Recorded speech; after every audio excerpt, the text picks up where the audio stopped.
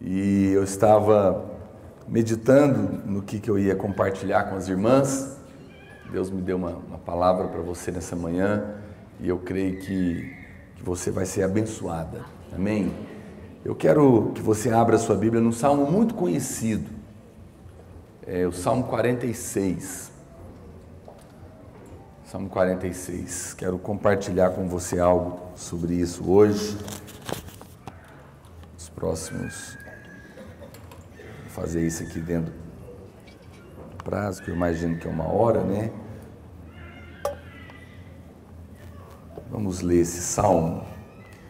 Deus é o nosso refúgio e fortaleza, socorro bem presente nas tribulações. Portanto, não temeremos, ainda que a terra se transtorne e os montes se abalem no seio dos mares, ainda que as águas tumultuem e espumejem e na sua fúria os montes se estremeçam.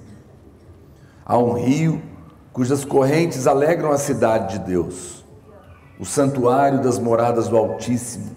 Deus está no meio dela, jamais será abalada.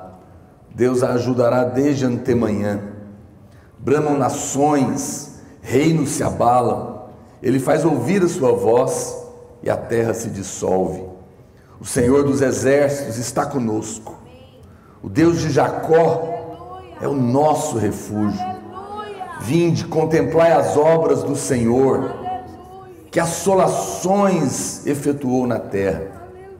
Ele põe termo à guerra até os confins do mundo, quebra o arco e despedaça a lança, queima os carros no fogo. Aquietai-vos e sabei que eu sou Deus. Sou exaltado entre as nações, sou exaltado na terra. O Senhor dos exércitos está conosco. O Deus de Jacó é o nosso refúgio. Aleluia, uau! Esse realmente é um salmo poderoso demais. Só da gente ler, a gente já fica cheio do Espírito, né? Glória a Deus por isso. Por que eu quero compartilhar essa palavra com as irmãs? Em primeiro lugar, é importante você entender que não existe vida no caos. Não existe vida no meio da tribulação, da angústia, das lutas intermitentes. Não existe como você gerar vida aí. Não existe como conquistar nada no meio da confusão. Por que eu digo isso? Porque a Bíblia diz, em Isaías 45:18, que Deus não criou a terra para ser um caos.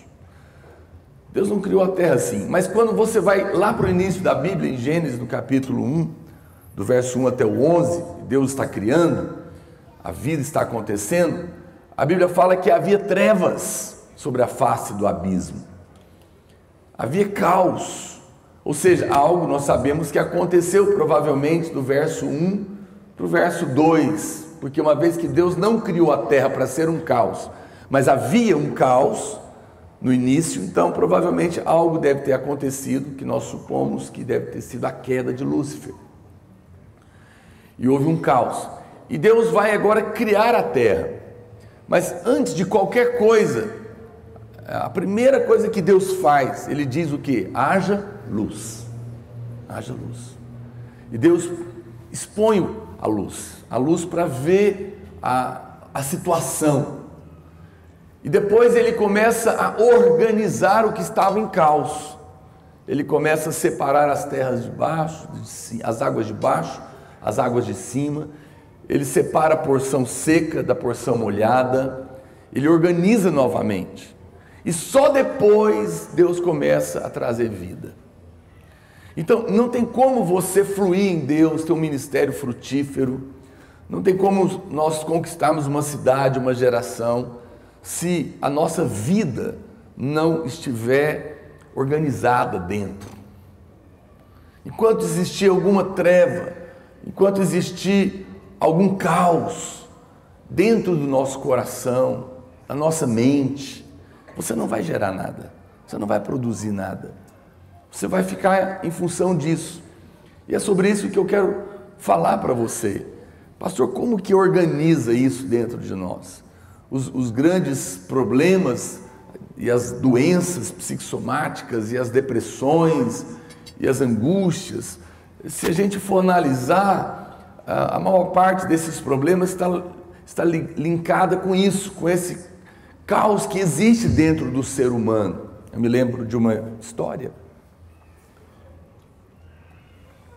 de um pai que estava muito ocupado num trabalho científico que ele estava fazendo na casa dele, e ele tinha um filho pequeno, 5 anos, que queria ficar brincando com ele, mas ele não tinha tempo. Então o menino falando, não, mas eu quero brincar, e o pai tinha que trabalhar, e ele falou, meu Deus, o que eu vou fazer? E ele pegou tinha uma revista dessas científicas, e tinha um pôster bem grande, que era um mapa do mundo, que vem em forma de quebra-cabeça, de 1000 peças. Ele falou, já sei, eu vou desmanchar esse negócio, e vou dar para esse menino montar esse quebra-cabeça, que ele vai ficar intertido e ele me deixa em paz. E ele mostrou a revista para o menino, né, que tinha a foto e depois tinha um quebra-cabeça que vinha para montar. Ele falou, tá vendo aqui a revista? Papai vai deixar ela com você, tem a foto aqui, bom? E aqui está o quebra-cabeça, vou te dar um desafio, você vai montar esse quebra-cabeça. E estava todo desmontado e ele falou, pronto. Mas não demorou muito, meia hora depois o menino gritou, acabei! E ele falou, não acredito, não é possível, esse menino nunca fez isso. E ele ficou encabulado, foi lá ver e estava pronto realmente. E ele falou, mas como que você conseguiu montar esse mapa do mundo tão rápido? Ele falou, foi simples, pai. Quando o senhor me deu, olha para cá, quando você me deu o quebra-cabeça, eu olhei a revista e eu vi que atrás dele tinha um homem. Então, eu virei o quebra-cabeça. E quando eu consertei o homem, eu consertei o mundo.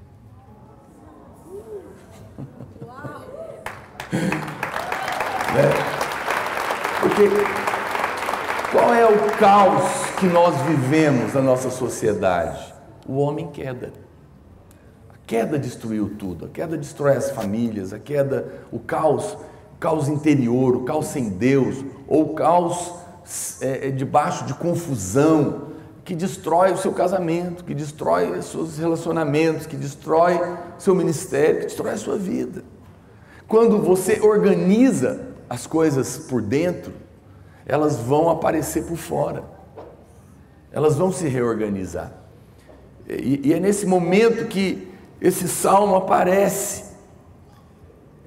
Eu quero ler aqui um texto em Provérbios, deixa eu ler aqui no outro, Provérbios capítulo 16, verso 31, a Bíblia diz, coroa de honra são as cãs, quando se acham no caminho da justiça. Melhor é o longânimo do que o herói da guerra, e o que domina o seu espírito, do que o que toma uma cidade.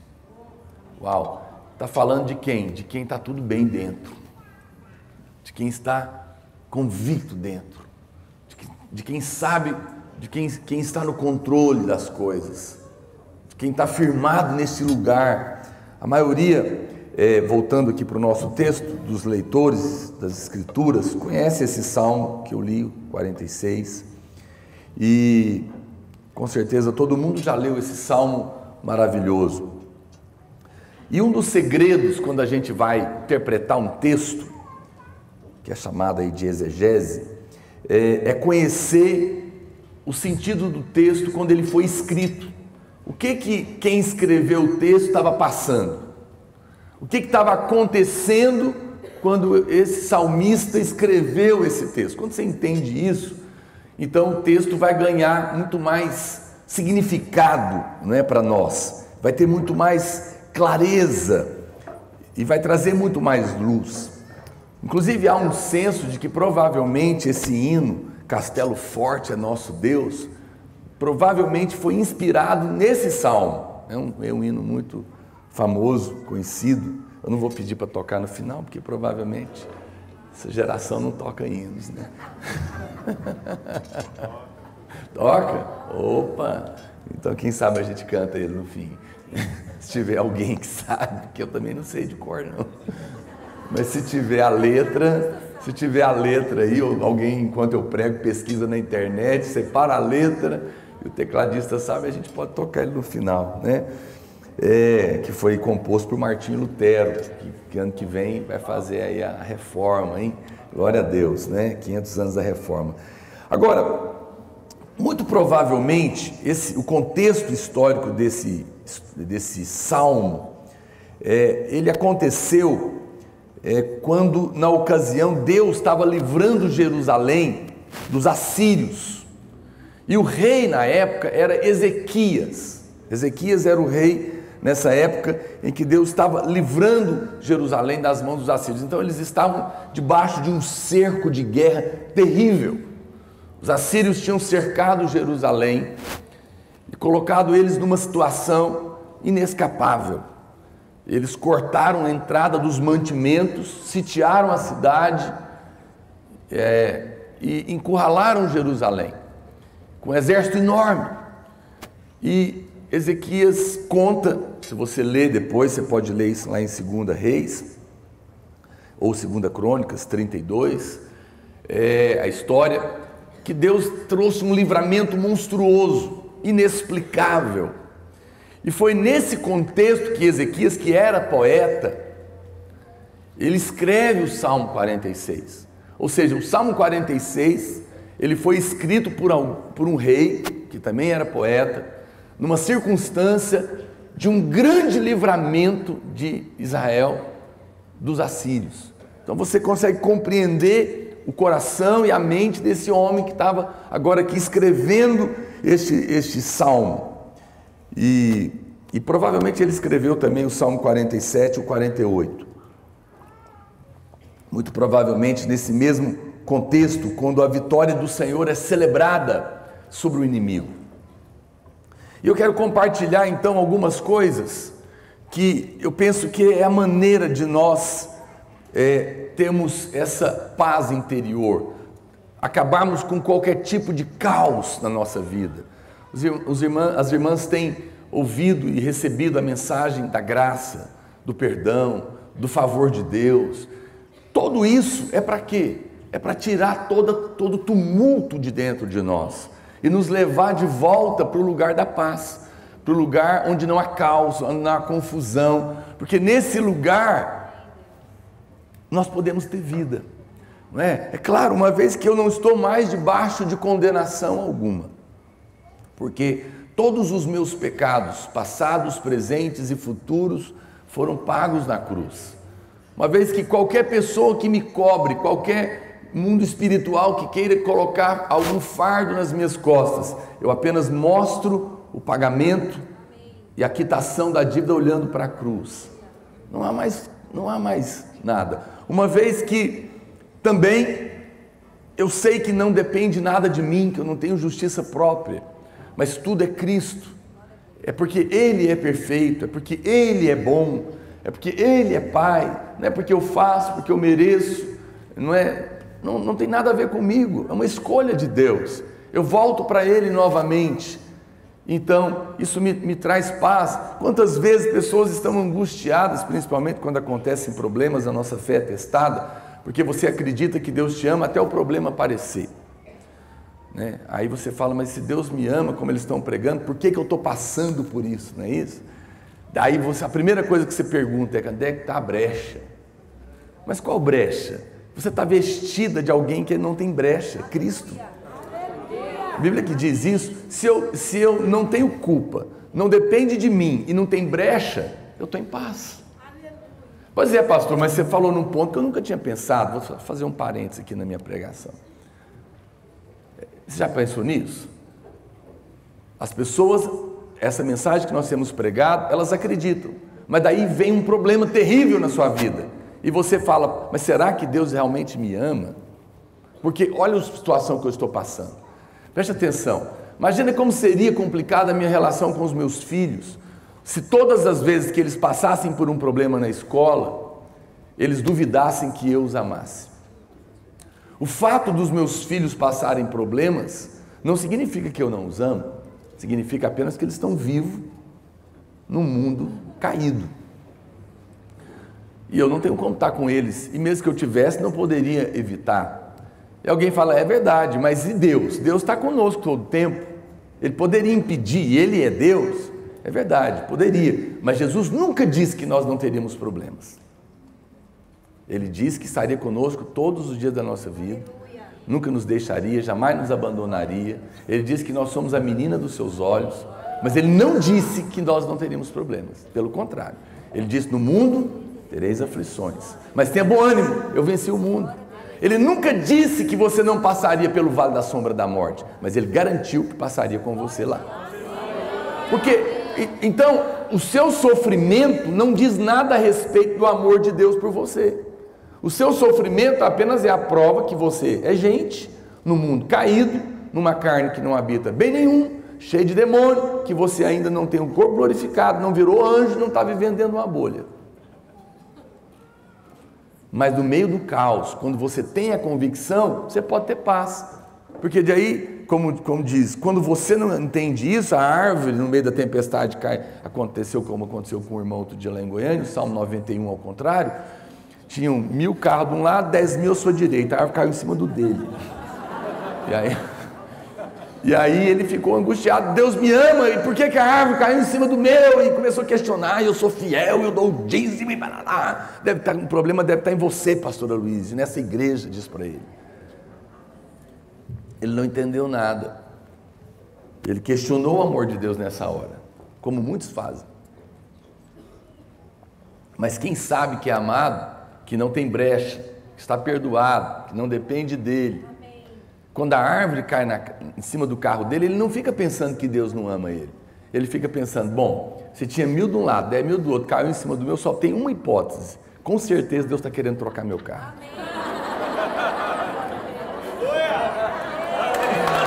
Não é? Esse é o pensamento de gente amada. No meio do problema, ele não desconfia que é amado. No meio do problema, ele fica em paz, que ele fala, eu não sei por que isso está acontecendo, não, deve ser investido do cão, mas eu estou em paz, porque eu sei quem cuida de mim. Percebe? Então, à medida que você vai, e eu quero nessa manhã, nesse prazo pequeno, o meu encargo é renovar a sua mente de quem Deus é. Você sabe que esse é um dos grandes problemas. Nós achamos que conhecemos a Deus, mas nosso problema é que a nossa mente em relação a Deus é muito caída. Por quê? Você nunca percebeu o quanto o diabo ataca, principalmente a relação sua com o seu pai?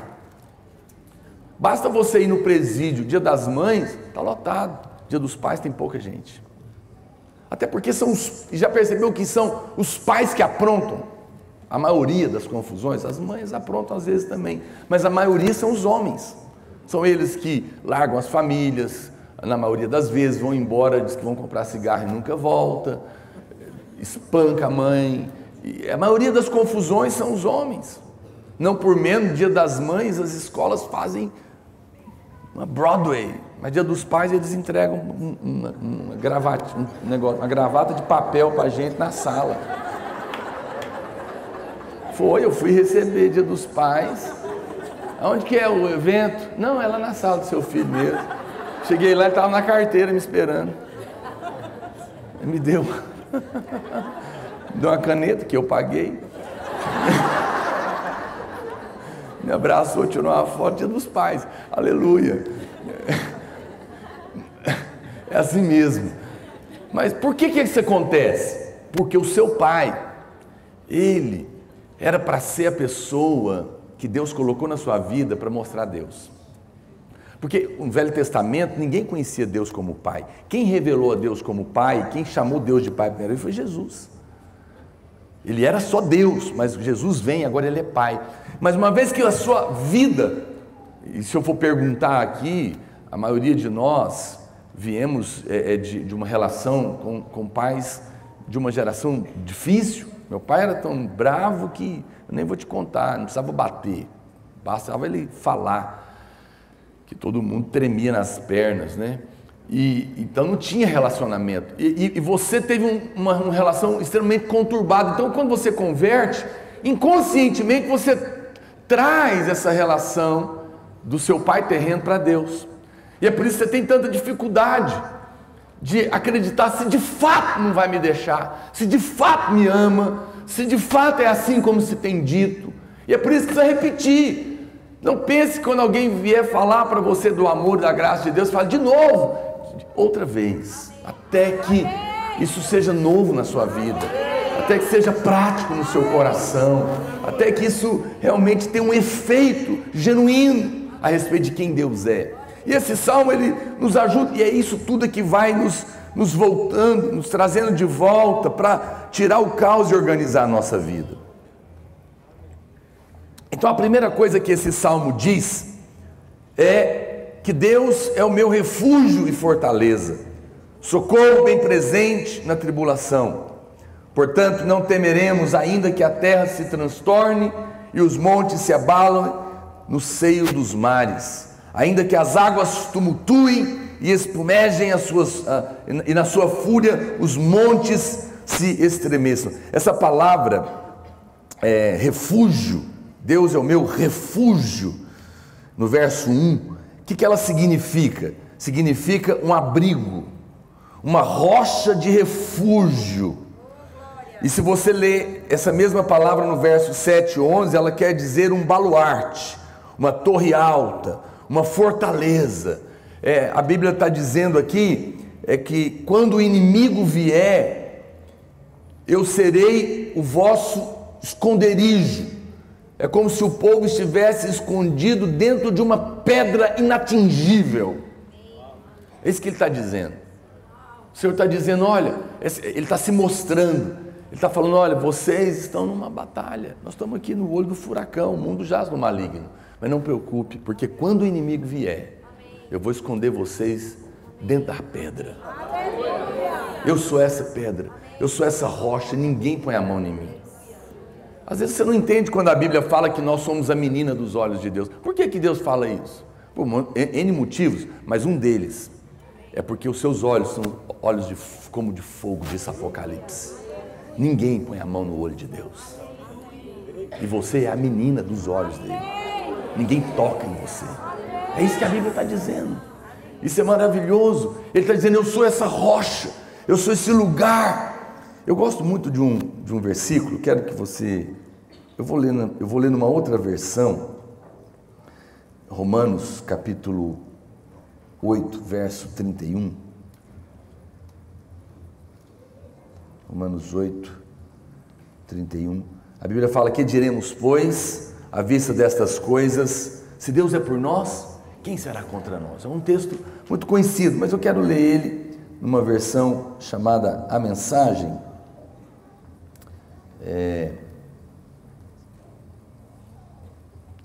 Ela é muito rica. Olha como ela traduz isso. Ele diz assim, então, o que acham? Deus está do nosso lado, assumiu nossa condição e se expôs ao pior quando enviou o próprio Filho. Haveria alguma coisa que Ele não faria por nós de modo espontâneo e feliz? Aí ele começa o versículo. Quem ousaria implicar com os escolhidos de Deus? Aleluia! Arrumando briga com Ele. Quem ousaria ao menos apontar um dedo? Aquele que morreu por nós e por nós foi ressuscitado para a vida, está na presença de Deus nesse exato momento, intercedendo por nós. Acham que alguém será capaz de levantar uma barreira entre nós e o amor de Cristo por nós?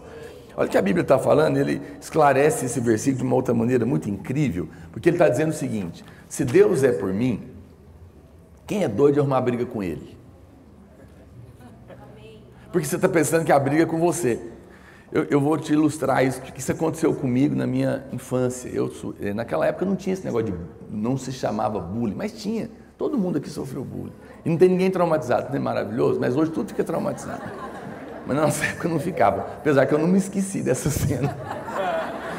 Então, eu acho que eu era mais novo, eu estava na turma, acho que era a 5ª série, mas a turma era mais velha, então tinha um pessoal bem mais velho do que eu, maior, e tinha um camarada especialmente, ele era bem maior que eu, e ele me batia sempre. E eu tinha muito medo dele. Eu chegava, meu pai morava na fazenda, e aí eu tenho 2 irmãos mais velhos do que eu, um é 5 anos mais velho, o outro 6. A minha irmã é 5, meu irmão mais velho é 6. E eu sempre, às vezes, chegava chorando em casa por conta disso, contava, eles brigavam. Eu acho que um dia o meu irmão apelou. Falou, vamos resolver esse negócio. E ele era 6 anos mais velho que eu, e, portanto, muito mais velho do que a turma lá, e ele era muito forte. E ele era muito violento. E ele ganhava muitas brigas no grito, porque ele era daqueles fortes, grandes, e falava, eu vou te matar, eu vou arrancar suas tripas, né? E um dia ele resolveu ir, eu nem sabia que ele ia. Eu estava na porta da escola, e o camarada que me batia todo dia, por sinal, estava do meu lado, quando o meu irmão chegou. Meu irmão mais velho chegou na bicicleta, de short, camiseta, eu lembro até hoje, embaixo da árvore. E ele chegou, assustei com a presença dele, ele falou, você está fazendo aqui? Hoje eu vim aqui resolver, quem é o sujeito que está batendo em você? Eu falei, esse aqui. O cara já estremeceu todo, que é isso? Que é isso? Eu falei, ele teve uma conversa com aquele sujeito, você sabe, nem ele, nem ninguém, nunca mais na escola mexeu comigo. Porque se o meu irmão mais velho é por mim, quem tem ouvido, ouça. Quem é louco de arrumar briga com ele?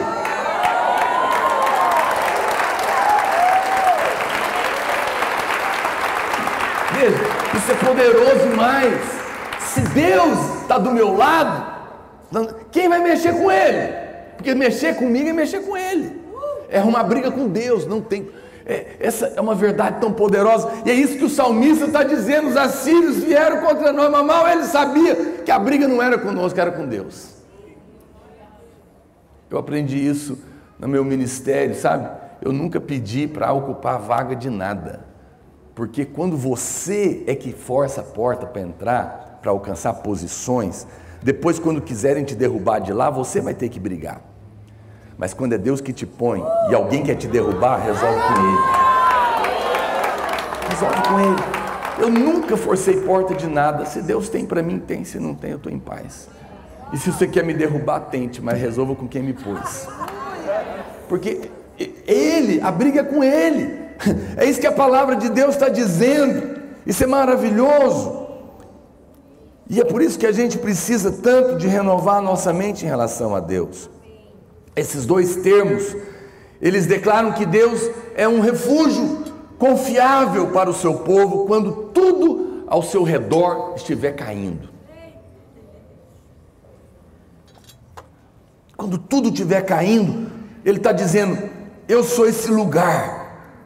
Agora, se você prestar atenção, a ideia não é Deus nos proteger apenas para fazer de você alguém mimado. Não, porque quando você continua lendo o texto, você vai perceber que a ideia é te proteger para quê?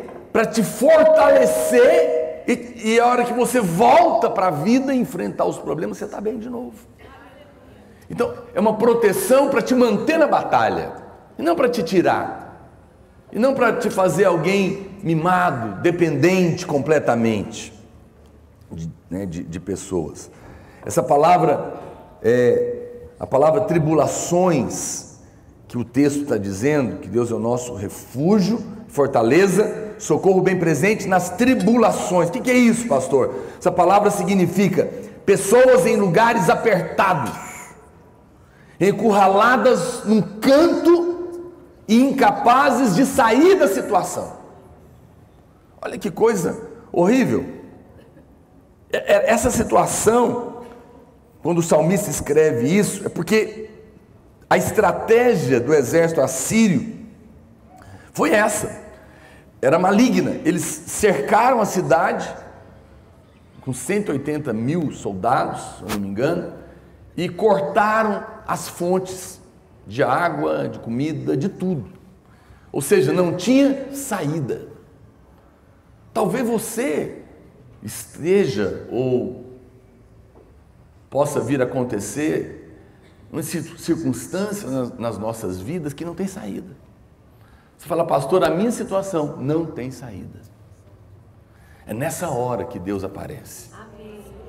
Porque se não tem saída, você diz para mim, pastor, não tem saída. Eu nunca vi na história da igreja acontecer essa situação. Como que você me diz? Olha, se não tem saída, Deus vai criar uma saída para você. É isso que o salmista está mostrando. Ele é o socorro bem presente na tribulação. E essa palavra tribulação aqui não é probleminha, não. Ele é o socorro bem presente na hora que não tem mais jeito. Inclusive, se é nessa hora, em todas as outras serão, mas na hora que não há mais como escapar, na hora que o seu marido já tomou a decisão, que o seu filho já foi embora, que o seu pai já deixou a família, na hora que levantaram calúnia contra você, na hora que você está debaixo ser despedido do seu trabalho, diante de um diagnóstico que não tem cura, essa hora é o socorro de Deus. É esse tipo de tribulação que o salmista está dizendo que Deus é o nosso socorro. E nessa hora, o salmista vem e dá uma palavra. Nessa hora, quando os oficiais assírios estavam ameaçando Jerusalém, Isaías vem ao rei Ezequias, lá em 2 Reis, capítulo 19, verso 6, depois você pode ler, e ele dá essa palavra, e por isso, aqui no verso 2, o rei Ezequias escrevendo, diz, portanto, não temeremos, ainda que a terra se transtorne, ainda que tudo esteja um caos, porque quando você vai ler lá em 2 Reis, Ezequias, ele vem e fala para o rei, diante da situação, Isaías, fala para o rei Ezequias, não temas por causa das palavras que você tem ouvido dos assírios. Não tema. O que o inimigo tem falado para você? Que você não vai conseguir sair da situação, que você não vai romper, que a despeito das palavras da graça que você tem ouvido, parece que não funciona para mim. Quais são as ameaças? Quais são as ameaças? Hoje eu estou aqui para dizer para você, não temas. Não tenha medo. Você não precisa ter medo, porque se Deus está do seu lado, quem é louco de arrumar briga com Ele? Contra você. Não tenha medo. Essa foi a palavra do profeta. Ele diz para o rei, não ouça isso. Não ouça essas palavras. As irmãs sabem que na nossa vida sempre haverá 3 vozes falando conosco, mas nós só podemos ouvir uma. A primeira voz é a voz que diz, crucifica-o. É essa voz aqui. É a voz que gritaram contra Jesus, mate-o. Nós vamos acabar com a sua vida. Na semana do meu casamento, eu era líder de célula, ia me casar na sexta. Na quarta-feira nós estávamos numa célula, eu e a Marília, e numa outra célula no mesmo bairro alguém ficou endemoniado. E foi uma época eu e da Marília que era uma coisa esquisita. Parece que nós tínhamos até ministério de libertação. E, meu Deus do céu, nunca vi encontrar tanto demônio. Em qualquer lugar, festa de aniversário, tudo manifestava demônio. E aí esse demônio apareceu lá, o líder ficou apavorado, me ligou, e eu fui lá. Quando eu entrei na sala dele, o demônio olhou para mim e falou, você vai casar sexta-feira, né? Eu falei, vou, você não está convidado.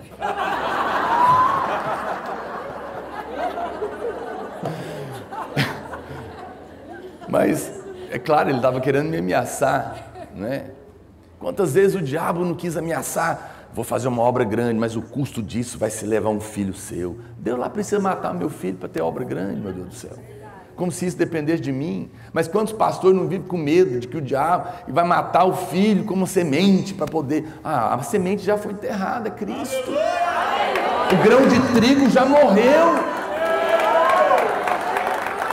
Não sou eu mais, mas eu falo isso para você porque esses pensamentos já passaram na minha cabeça também. Você está aí cuidando dessas crianças da igreja, mas eu vou matar as suas.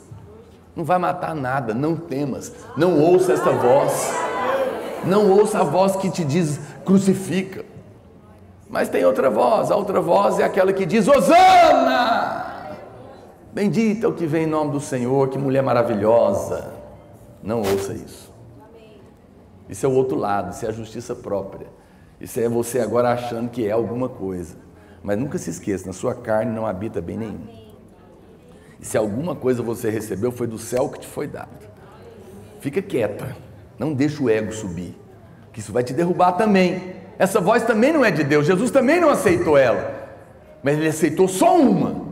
A única voz que você pode ouvir é essa que eu vou te falar, que foi a que Jesus ouviu. É quando o céu abriu e de lá veio a voz dizendo: esse é o meu filho amado, em quem eu tenho todo o meu prazer.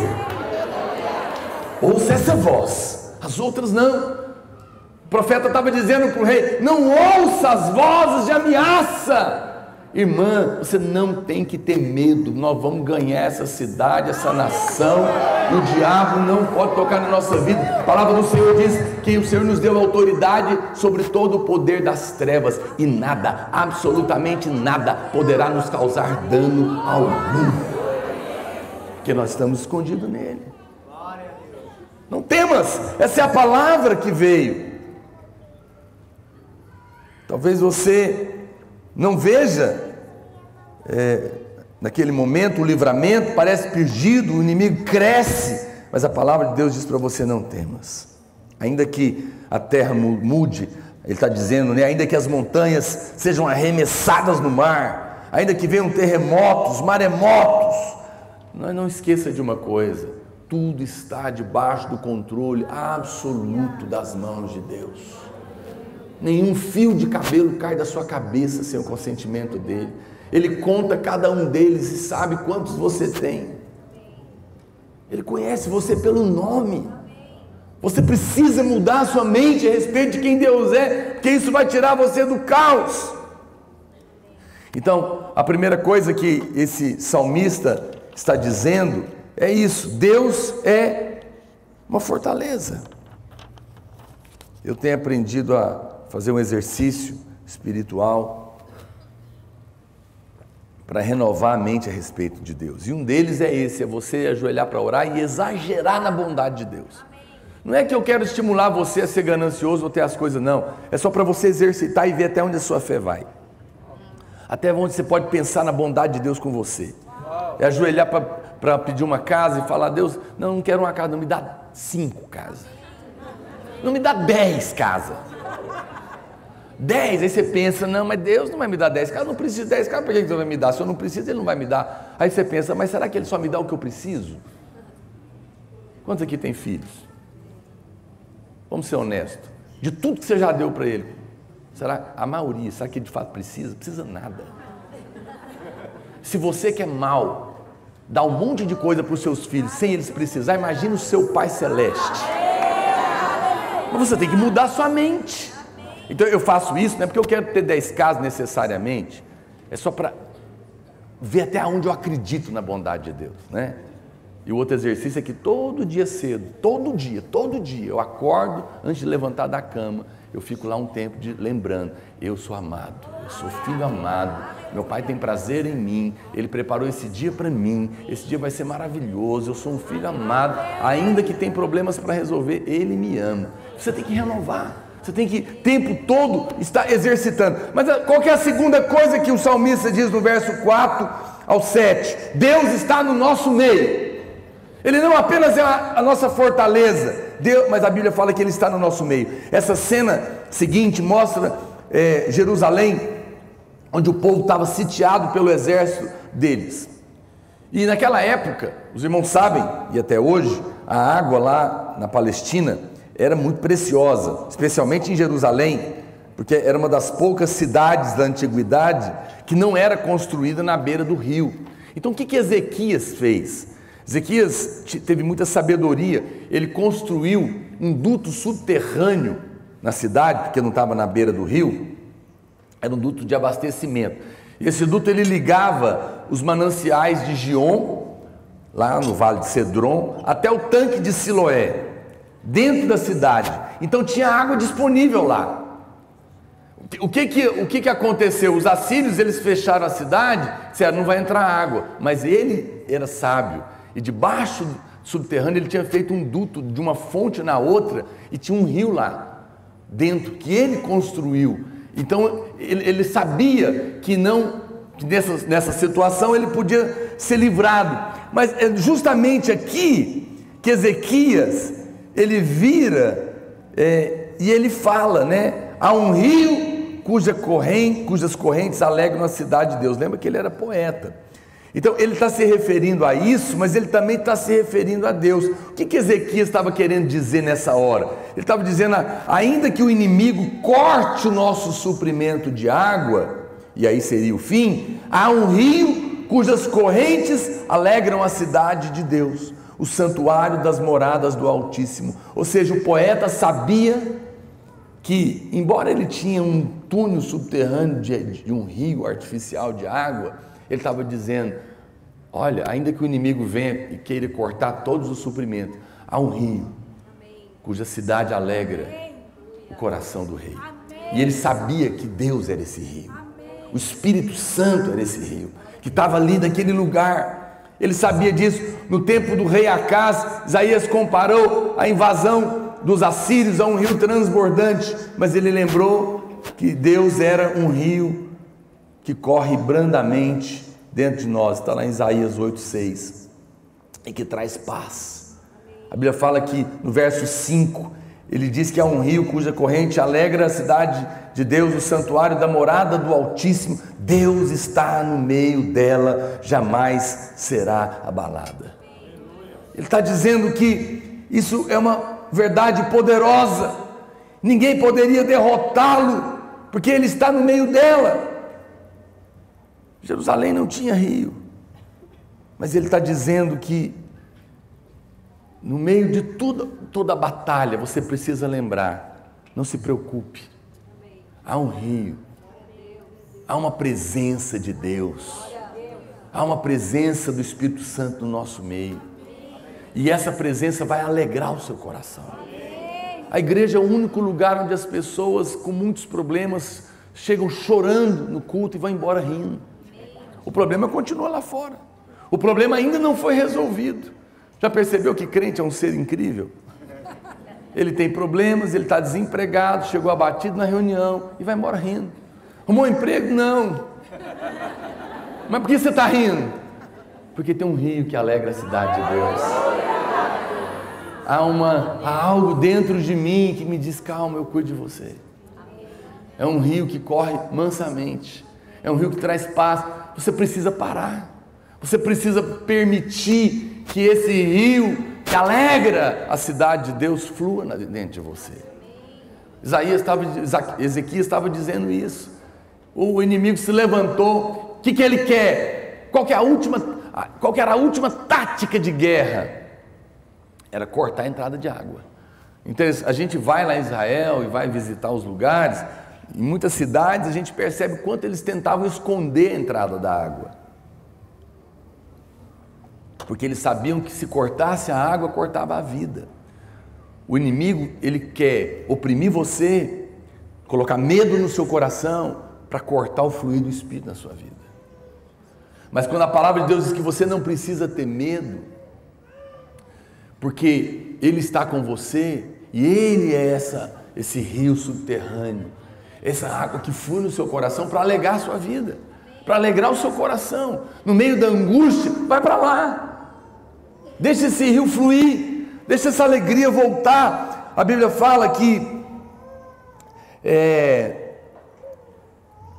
no verso que nós lemos, ele fala que desde antemanhã, no verso 5, Deus está no meio dela, jamais será abalada, Deus a ajudará desde antemanhã, Por que ele estava falando isso? Porque no verso 5 ele está falando isso, e Ezequias, se você ler isso lá em Isaías 37, 36, você vai ver que o Senhor matou 185 mil soldados assírios e mandou Senaqueribe voltar para casa. Ele fez um livramento que não teve nada a ver com eles. Ele está dizendo, e quando eles acordaram de manhã, eles viram o estrago que Deus tinha feito. E que me introduz ao terceiro ponto desse salmo. Deus, terceiro ponto que eu quero te falar. Primeiro, Ele é o seu refúgio. Segundo, Ele está no nosso meio. Mas terceiro, Ele faz cessar a guerra. Ele pôs fim na guerra. De manhã, quando eles levantaram, eles olharam e falavam: meu Deus, olha o que Deus fez, que coisa incrível. Eu trabalhava numa multinacional antes de ser pastor. Deus me abençoava muito, e numa grande premiação que aconteceu lá, eu tinha sido campeão, mas uma trama dos supervisores da época me roubaram essa oportunidade. Eu não estava sabendo de nada, mas conhecia as regras. Na hora de entregar o prêmio, estava todo mundo reunido, inclusive o diretorzão lá, que também não estava participando dessa confusão. Eu só perguntei: escuta, a regra dizia assim, assim, assado, sabe que eu entendi errado? Aí ficou aquele... Eu sem querer mexi num negócio que não devia. O gerente ficou muito nervoso, percebeu a confusão, mandou parar a festa. Está encerrada, nós vamos rever esse negócio, depois a gente remarca.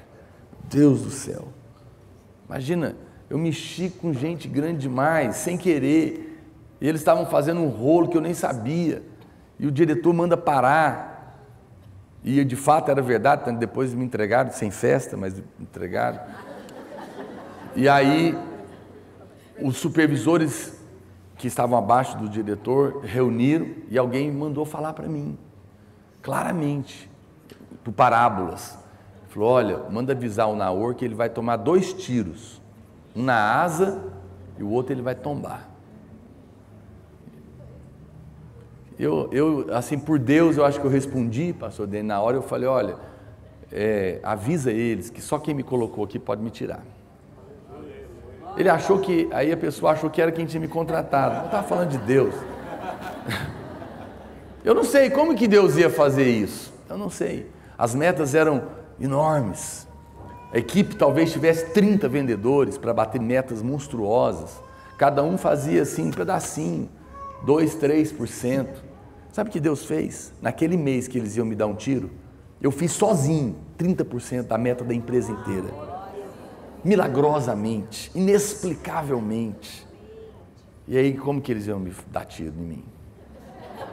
E sabe, quando um vendedor fazia isso, qual que era a regra da empresa? Os supervisores tinham que reunir e jogar ele para cima e ovacionar ele. Eu amo Deus porque Deus tem senso de humor. Ele zomba dos seus inimigos. Eu estava com medo de cair, mas... Às vezes o inimigo vai se levantar, mas Deus vai pôr fim à guerra, irmão. Deus vai pôr fim à guerra. Você sabe, a Bíblia fala que essa cena do campo ao redor de Jerusalém, com os soldados assírios mortos, suas armas, os seus equipamentos espalhados e quebrados, era a prova de que o Senhor é o Jeová Sabaó, o Senhor das batalhas. Ele é que peleja por nós, não somos nós estamos lá dentro da pedra. Ainda que um exército se levante contra nós, não temerei mal nenhum, porque o Senhor está comigo. Ainda que o inferno inteiro se levante contra nós. Eu era novo convertido, pastor Solange, era novo convertido não, eu tinha sido ordenado, era pastor recente, ordenado, e era só eu e o pastor Aloísio. E aí a gente orava de manhã, de tarde, de manhã na hora do almoço e à noite, projeto de oração. E aí, só que no começo não ia ninguém, meio-dia, mas a gente tinha que ir. E naquela semana o pastor Aloísio por algum motivo não podia, e eu ia, só eu. Eu e um irmão que tinha problema mental. Tinha mesmo, não era completamente doido, mas ele era meio descompensado. E segundo ele, extremamente entendido de demônios. E aí apareceu um irmão com um funcionário e falou: pastor, eu estou com esse irmão aqui, esse empregado meu, ele está perturbado, eu vou deixar ele aí, vou almoçar, depois eu busco. Legal. E a hora que eu pus a mão na cabeça, ele ficou terrivelmente endemoniado. O sujeito, o outro irmão experiente chegou perto de mim e ele começou a fazer sinais assim. Primeiro foi uma correria, era um salão assim desse tamanho, estava sem cadeira, e ele corria nesse salão, não tinha ar, e eu e ele corria atrás desse demônio, pega e segura, um suador terrível. Com muito custo seguramos o sujeito, e ele batia nos dedos assim, e o irmão falava: é voodoo, não deixa, ele está fazendo contatos, ele dizia. E aí a gente segurava a mão do endemoniado para ele não fazer os contatos. Depois ele passava a mão no chão assim, e ele dizia: ele está comendo sangue para se fortalecer. E eu olhava aqui: meu Deus, segura, não deixa. Ai, que horror. E com muito custo e muito suor nós expulsamos o demônio daquele camarada, e eu fui embora muito angustiado com aquilo. Falei: meu Deus do céu. Isso porque era a instrução do sujeito. No outro dia, voltei, estava sozinho, eu e o sujeito. O irmão volta lá, estou deixando ele aí de novo. Só que eu já estava indignado com aquilo. E manifestou o demônio, e ele começou de novo a correr, a mesma coisa. E o irmão: pega. Eu falei: não vou pegar nada, nem você, fica quieto. Nós vamos orar. Eu mandei um comando, o demônio ficou amarrado, veio, falei: vem aqui. E aí ele começou. E o irmão: não deixa. Eu falei: fica quieto. Você vai ficar quieto, falei para ele. Eu falei: pode chamar, chama todos os demônios que você conseguir, bate assim, ó. Aí eu falei: agora come todo o sangue que tiver aí, que eu não quero nada. E ele: eu falei: pronto, chamou o inferno inteiro. Agora nós vamos ver quem é maior, se é o que está em você ou o que está dentro de mim. E aquele homem foi liberto, porque o Senhor é que é o Senhor da guerra. Não sou eu. Não sou eu que tenho que derrotar nada. Ele é o que põe fim à guerra. Deixa eu falar uma coisa aqui. Olha para cá, amado. Sabe qual que é o nome dele? Ele é o Alfa e o Ômega. Foi ele que um dia falou a respeito da sua vida: comece. 300 milhões de espermatozoides. Você acha que você é a vencedora? Para com essa bobagem. Foi ele que pôs o dedo. A Bíblia fala que ele te escolheu antes da fundação do mundo. Ele pôs o dedo naquela corrida, talvez por um momento você até ficou para trás. Aí ele deu um empurrãozinho, né? Vai. Você foi escolhida para nascer. Seu Alfa. Ele começou a sua história. A Bíblia fala que ele é o Ômega. Vai chegar um dia que ele vai dizer: acabou. No meio do Alfa e o Ômega, ele permite o diabo e o homem tagarelar. Você pode estar num momento da sua vida, de um problema, que parece que você está sendo derrotado. Mas escute o que eu estou te falando. A história só termina quando ele disser: acabou. A última palavra é dele. E ele já disse: está consumado. A sua luta tem tempo para acabar. Ele é o Senhor da guerra. Ele vai colocar o exército no chão. Não importa se os macumbeiros da cidade de São Paulo inteiro se levantarem contra a sua família. Não importa se tem maldições de gerações. Não importa o seu passado. Quando ele disser: acabou, acabou. Ele é o nosso Deus. Ele é o que põe fim à guerra. Por isso eu vou ousar dizer algo aqui nessa manhã, pastor Dênio, pastora Solange e as irmãs. Eu tenho sentido profeticamente o que eu vou te falar. Enquanto eu meditava nesse texto, Deus me lembrou isso. Porque o Espírito Santo é que tem me falado isso ao meu coração. O tempo de maior fruto não serão para nós o tempo de maior guerra, mas será de maior descanso. Parece não fazer sentido, mas é porque não seremos nós que vamos guerrear. Vai ser um tempo de grande explosão na vinha. Essa mensagem da graça vai trazer isso. E o tempo de maior descanso será também o tempo de maiores conquistas. Porque estando em paz nele, ele pelejará por nós. Guarde essa palavra no seu coração. Não tinha acontecido batalha nenhuma por parte de Israel. O anjo tinha feito isso. Verso 8, ele diz, vinde, contemplai as obras do Senhor, que assolações ele efetuou na terra. E aí, para encerrar, o que Deus faz? Ele, no verso 10, ele nos dá uma ordem. Ele diz, aquietai-vos e sabei que eu sou Deus. Sou exaltado entre as nações, sou exaltado na terra. Eu gosto de uma versão, essa palavra aquietai-vos no original, que significa não mexam em nada. Descanse. Tem uma tradução da Bíblia, Mofá, diz assim, esse versículo: desistam, ele grita, admitam que eu sou Deus. Desistam, ele grita, admitam que eu sou Deus. A TLB diz, parem de lutar e fiquem sabendo que eu sou Deus. Quando ele fala desista, não é ir embora não, é desiste de tentar na sua força. Para. Quantos anos você está tentando mudar seu marido, sua vida, salvar sua família, fazer sua célula crescer, ter um lugar ao sol no ministério? Deus está dizendo, quieta, para, desista de tentar na sua força. Ele grita, deixa eu te mostrar quem eu sou, deixa eu ser Deus na sua vida. Para de tentar mudar você, para de tentar mudar seu marido, para de tentar mudar seus líderes, para de tentar ser Deus na vida das pessoas. Sabe por que tem muita gente aqui angustiada? Porque está tentando ser Deus na vida dos outros,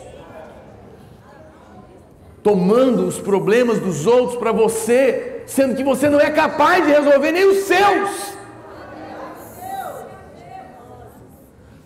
Nós, irmãos, você não sabe, mas no dia que o homem caiu, a semente de Lúcifer foi colocada na nossa carne. Você se converteu, você tem um espírito novo, mas na sua carne habita essa semente. E se você não se lembra, essa semente significa que Lúcifer queria tomar o lugar de Deus. E o que os homens fazem constantemente, muitas vezes nós nos pegamos também fazendo, sem perceber, é querer tomar o lugar de Deus na nossa vida, na nossa família, no nosso ministério e na vida dos outros. Você não consegue dizer não. Você quer resolver o problema do mundo, mas você não é Deus. Você não precisa tentar se mudar, apenas reconhece que não é e deixa Ele fazer. Você não precisa tentar mudar a vida do seu marido, da sua mulher, do seu filho, da sua casa, do seu patrão. Ore, deixa Deus fazer. Pastor, mas então eu não vou fazer nada. A nossa vida é crer e falar. Crie, por isso falei. Quem faz é Deus. Sabe, tem muita gente em confusão, porque ele coloca uma coisa que Deus, no meio dessa palavra, que Deus não disse. A Bíblia não diz, crie, por isso falei, por isso fiz. A Bíblia não diz isso. A Bíblia diz, crie, por isso falei, acabou. Mas você quer fazer. Aí você fala, Deus vai me dar um carro. Você não tem dinheiro, está desempregado. Eu creio. Você fala, eu creio, por isso eu falei, Deus vai me dar um carro. Aí você tinha que ficar quieta. O que você faz? Vai lá e compra um carro financiado sem dinheiro. Se arrebenta. Mas Deus não vai me dar? O profeta não falou? Eu não criei? Eu não falei? Sim, creu e falou, mas quem vai fazer, vai trazer o carro é Deus. Não é você que é para ir lá comprar carro fiado sem dinheiro. Criei e falei, estou curado. Para de tomar remédio.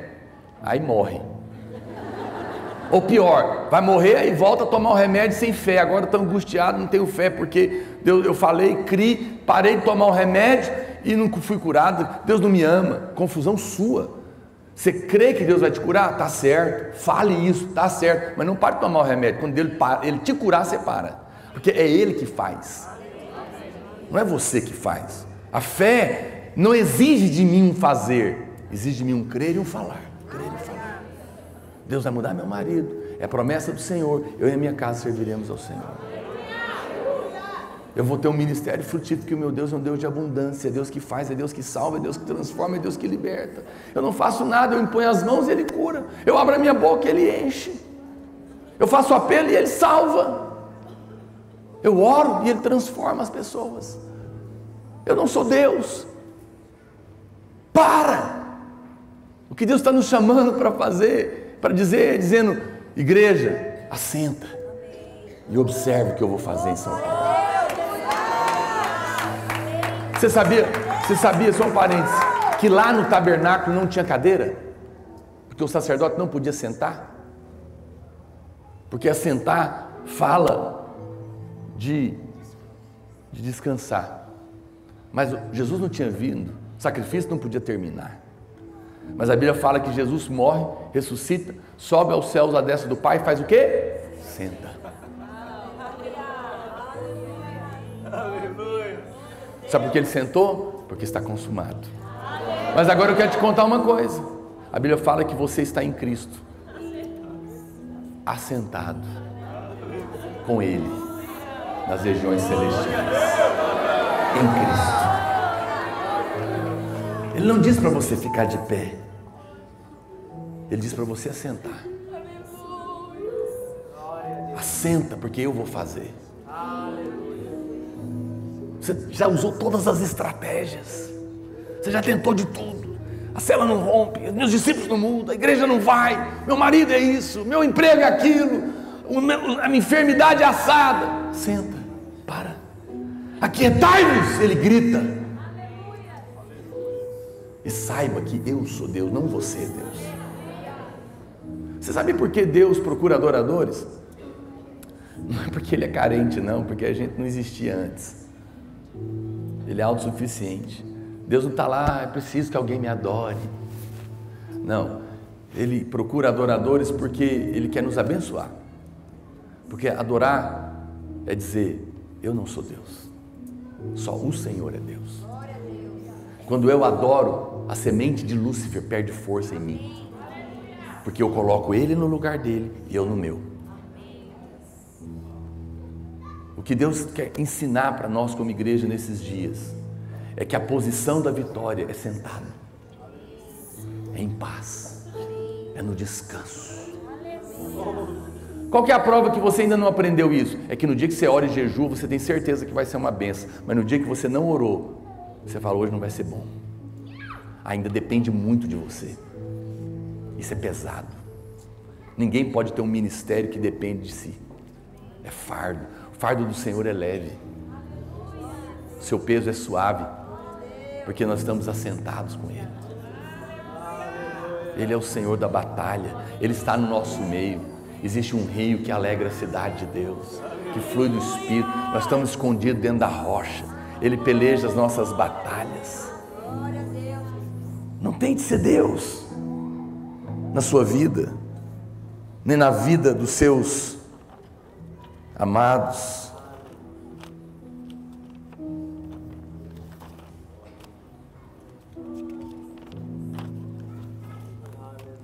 Você sabe, quando a gente está andando, aprendendo a andar, eu já estou encerrando, tá, irmão? Eu sei que eu já passei da minha hora há muito tempo, eu não sou de fazer isso.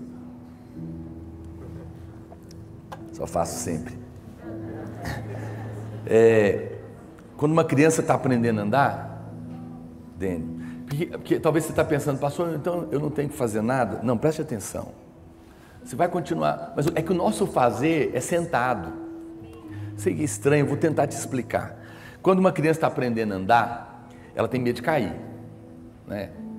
E o pai, ele fica, geralmente a gente fica numa distância, né?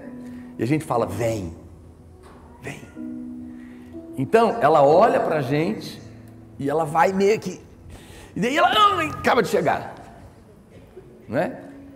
Ela vai cair, o pai pega. Se você medir o batimento do coração dela enquanto ela está andando e tentando chegar, está lá em cima. Mas quando chega no colo, se você medir de novo, está lá embaixo. A nossa vida espiritual é assim. O Pai coloca o desafio. Ele fala, vem. Você não sabe direito, será que eu vou conseguir liderar? Será que eu vou conseguir ter filho, casar, cuidar, sustentar? Mas Ele fala, vem, eu quero que você viva. Mas qual é a diferença? Qual que é a grande chave? É que enquanto você vai, você não pode tirar o olho do Pai. Porque a criança só vai porque está vendo o Pai. E ela sabe que o Pai não vai deixar ela cair.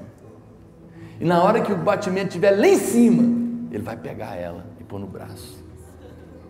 E ela vai aquietar. E em paz o rio vai fluir. Não vai haver caos e a vida vai brotar. Esses são dias de descanso. Ontem o André estava me buscando, nós levamos 1h50 para chegar do aeroporto. Aqui em São Paulo é mais longe chegar no destino do que do avião gasta de Goiânia para cá. E ele falou uma coisa para mim, ele falou, pastor, a única coisa ruim de São Paulo é que é uma cidade, como é que você falou para mim? É uma cidade agitada. Tudo é uma correria louca, não é? Ninguém tem tempo para nada. Quando chegava no fim do mês, Daniel, esse chefe meu, quando aquele mês que ninguém estava vendendo nada, ele punha todo mundo assim, na sala, ia, você, pá, tá, tá, tá, você, tá, tá, tá, tá. Mas Deus me honrava tanto, porque era a graça de Deus ali fluindo, e mesmo, às vezes, chegava no último dia, eu vendia tudo, porque às vezes Deus deixa para o último dia, mas Deus não atrasa não, Ele chega na hora certa, que não é a sua. E aí, quando ele chegava para brigar comigo, ele não brigava porque ele sabia que ele ia morder a língua. Ele falava assim, na hora eu não vou falar nada não, que ele reza o mês inteiro, e no fim Deus dá as máquinas para ele. E eu falava, o senhor está certo. E era mesmo, era o testemunho que eu carregava. Quantas vezes o pastor Luiz pode perguntar, chegou um tempo que eu tive que sair, porque a igreja era meu cliente, de propósito. E eu ia para lá atender o cliente, e os irmãos apareciam, eu virava aconselhamento, ficava orando, e ele falava para mim, Naor, vai trabalhar, vai trabalhar. Ele me empurrava, sai daqui, você tem que trabalhar, rapaz. Aí eu ia, trabalhava um pouco. Eu queria ficar aconselhando, eu queria ficar orando, porque eu era pastor, né? Eu tinha um chamado. E de fato, Deus, minhas vendas viravam aconselhamento, os clientes choravam. E eu nem vendia, eu só falava, assina aqui. Porque Deus trabalha para aqueles que estão sentados e esperam nele. Eu não estou dizendo que você não tem que trabalhar, criatura. Estou falando que você trabalha sentado. Eu lidero, mas não sou eu que faço. Eu prego, mas é Deus que move no seu coração. Eu estendo a mão, mas é Ele que cura. Descansa, definitivamente.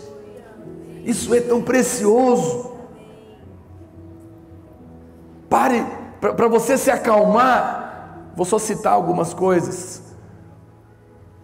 Você precisa parar de viver como se tivesse que estar sempre provando alguma coisa. Você não tem que provar mais nada, porque não tem nada a ver com você. Ele te escolheu. Eu não tenho culpa se você gosta ou não de mim. Deus me escolheu. Escolheu você. Você não tem que provar mais nada para ninguém. Você não tem que provar nada para o pastor Dênio, nem para o pastor Dênio Júnior, nem para a pastora Solange, nem para mim. Você não tem que provar mais nada para Deus. Porque quando Deus olha para você, Ele vê Cristo. E nele já está consumado. Para com isso. Para de querer provar alguma coisa. O que você quer provar? Provar o quê? Quem é bom? Não há nenhum bom. Só Ele é bom. Se Deus fez muito através de mim, foi porque Ele não encontrou ninguém pior. Porque a glória do cavaleiro não está em ganhar a corrida com um cavalo de raça. A glória do cavaleiro está em ganhar a corrida num jumento. Um cavalo sem raça, como eu e você. Aí todo mundo vai dizer, só pode ser o cavaleiro, porque o cavalo... Desculpa a comparação, mas Jesus entrou num jumento. Imagina que loucura o jumento achar que as palmas eram para ele. Não temos que provar mais nada para ninguém, porque eu não faço nada. Perguntaram para o pastor Aloysio, uma equipe de reportagem internacional, de americano, tradutor, vieram em Goiânia fazer uma entrevista lá, um monte de coisa. Perguntaram para ele, qual é o segredo da videira? Todos querem saber. Como em 10 anos vocês abriram mais de 1000 igrejas na videira e na vinha. Como aquela garagem de 50 pessoas virou esse negócio no mundo inteiro. O pastor Aloysio falou, vou contar para você. Ele falou, sabe... Abraão era velho e a mulher dele, a Sara, era estéril e velha. Gagá, sem dente e estéril. Deus falou que ia ser pai de multidões. Ela riu. Passado um tempo, não nasceu o menino, não funcionou. Ela pegou e chamou a Agar, serva dela, e falou, dá uma força aí. E aí nasceu Ismael. Ismael todo mundo sabe explicar. Não, a minha senhora não podia ter. Ela era estéril, eu era sadia, ela me emprestou para o marido, foi lá, usou essa estratégia, esse método e funcionou, o menino nasceu. Mas depois, a velha, de quase 100 anos, estéril, banguela, chega para fazer como é que chama aquele exame? Pré-natal, na clínica. E o pessoal fala, a senhora grávida, 100 anos, não menstrua mais, é estéril, não tem dente, vai ter um filho. Como que é? Não sei explicar, isso é milagre. Ismael sempre tem jeito de explicar, mas Isaac não explica. Foi isso que o pastor Aloysio respondeu. A videira é um Isaac, filho de milagre, porque não há nenhum homem fantástico lá como você imagina. E aqui também, na sua vida também. Então, você não tem que provar mais nada. Para com isso, para com essa bobagem. Eu tenho medo de alguém descobrir. Né? Alguém falou, o pastor Eibe que conta essa história do irmão dele. Estavam falando mal do Eibe, assim, calúnias e calúnias. E ele ficou chateado, foi consolar com o irmão mais velho dele na fé, um homem de Deus. Olha o que estão falando de mim. O que estão falando de você? Isso. E ele bateu no ombro dele e falou, ainda bem que eles não sabem tudo, né, irmão? Para se acalmar, pare de ter opinião sobre tudo. Faça como Paulo, decidir nada saber, senão a Cristo e esse crucificado. Como a gente gosta de dar palpite, né? Para se acalmar, pare de querer controlar a vida dos outros. Você não escolhe com quem o outro vai casar, o que ele vai fazer, se ele vai mudar. Nós não somos donos na vida de ninguém, as pessoas pertencem a Jesus. Eu nunca, o pastor quer mudar, o pastor quer ir embora, o discípulo quer isso, quer fazer promoção, o maior dizimista da igreja está feliz porque conseguiu uma promoção maior em outra cidade, vai embora. Pastor, o que você acha? Meu amado, Deus falou com você, vai em paz. Vou fazer uma festa para agradecer o tempo que você teve aqui. Eu estou sentado. Eu não controlo a vida de ninguém. Eu não controlo a vida dos meus filhos. Me entenda, eu não controlo a vida do futuro de ninguém. Eu mando elas para o Espírito Santo resolver. Mas você quer controlar, é pesado, dá depressão. Vamos ficar de pé? Se você está sendo atacado, deixe Deus brigar por você. Se você está sem vigor nessa manhã, lembra que há um rio que está correndo dentro da sua vida. Se você está agitada, o Senhor é o seu auxílio desde manhãzinha. Se você está perplexa, deixa Deus mostrar para você os seus feitos. Se você está cansada, desista. Senta. Se você está sozinha, Ele está conosco. Olha para cá. Na vida da igreja, nós às vezes pedimos para os irmãos levantarem as mãos. Nós não fazemos isso por acaso. Levantar as mãos tem significado. Às vezes a gente fala, o soldado, o guarda, ele vai abordar um bandido, ele fala o quê? Pare! Não é? Levante a mão, é sinal de autoridade. Sinal de autoridade. Às vezes a gente tem que levantar a mão na igreja para dizer para o diabo, pare. Em nome de Jesus. Mas quando o ladrão é abordado e o guarda dá a voz de prisão, o que ele também faz? Eu me rendo. Às vezes a gente tem que levantar a mão, e eu penso que também hoje é um dia de levantar a mão para dizer eu desisto. Ó, parei. Vai desistir? Vai largar de ser líder? Não! Parei de ser líder na minha força. Sentei. Parei de provar, parei de querer controlar a vida dos outros, tentar mudar minha vida, minha família. Eu apenas vou descansar e entregar tudo aos pés dele. Mas também tem um motivo pelo qual a gente levanta a mão. É quando a gente está correndo e é pequeno, está aprendendo a andar e o pai diz, vem. E aí a criança vai. Na hora que ela pensa, ela estende as mãos e o pai pega no colo e o coração acalma. Eu quero te convidar a erguer as suas mãos nessa noite, nessa manhã. Quero te convidar a lançar aos pés do Senhor toda ansiedade. O Senhor tem cuidado de você. Lança as suas preocupações. Lança os seus medos. Lança as suas angústias.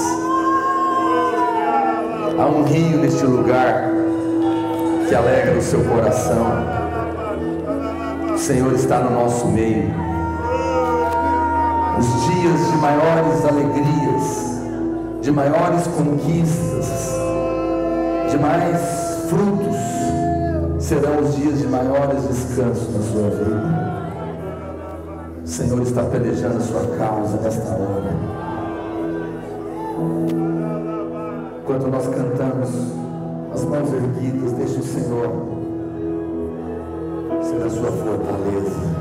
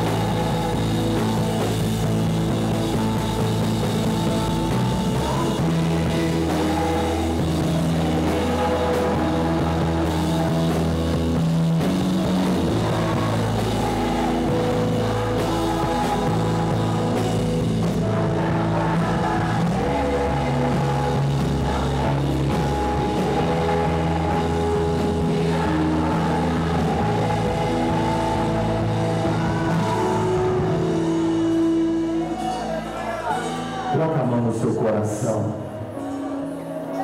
Feche os seus olhos. Senhor, eu ministro nessa manhã, neste lugar, a tua paz que excede todo entendimento.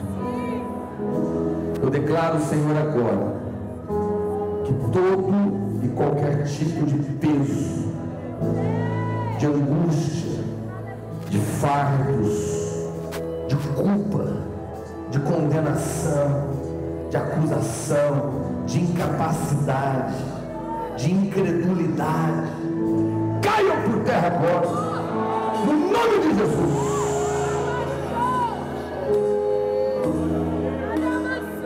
Eu libero bálsamo,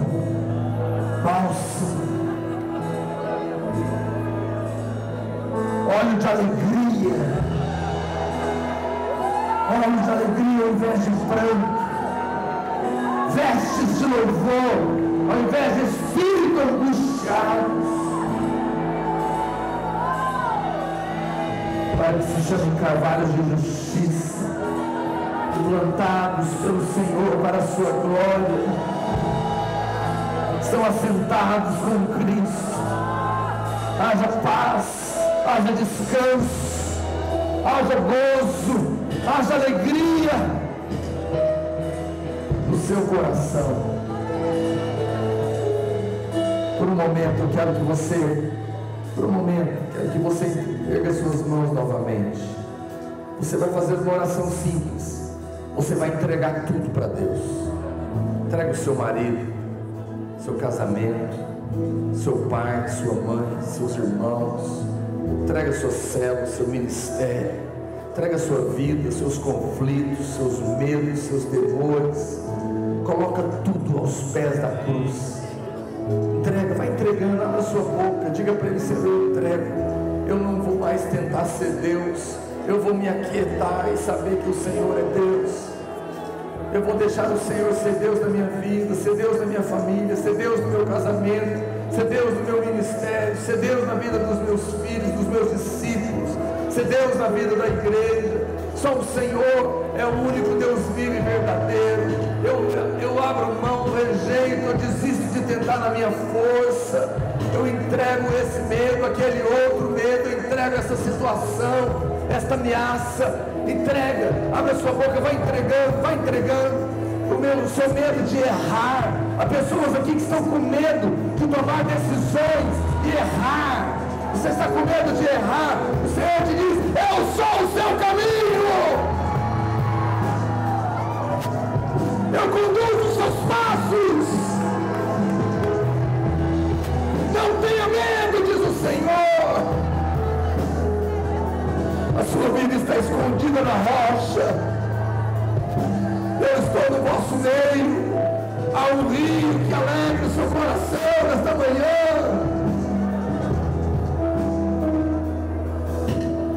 Eu pelejo as suas guerras. Desista de tentar a sua força. Aquietai-vos, ele grita. E saberem que eu sou Deus. Minha filha amada, meu filho amado, deixe o Senhor, o seu Pai, te mostrar quem Ele é.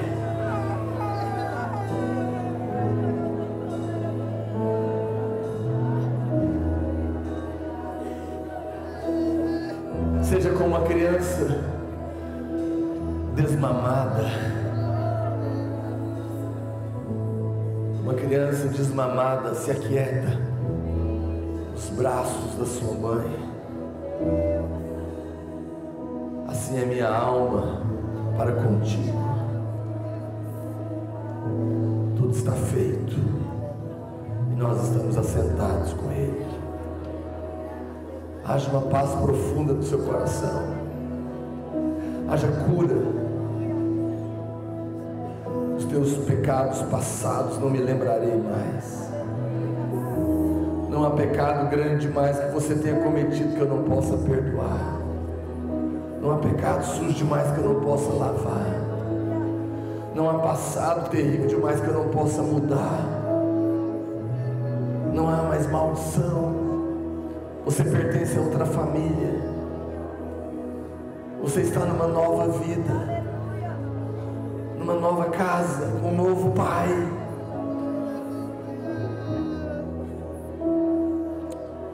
Descansa, descansa. Oh, obrigado, Jesus. Graças a Deus. Glória a Deus. Diga amém. Dê um aplauso ao Senhor.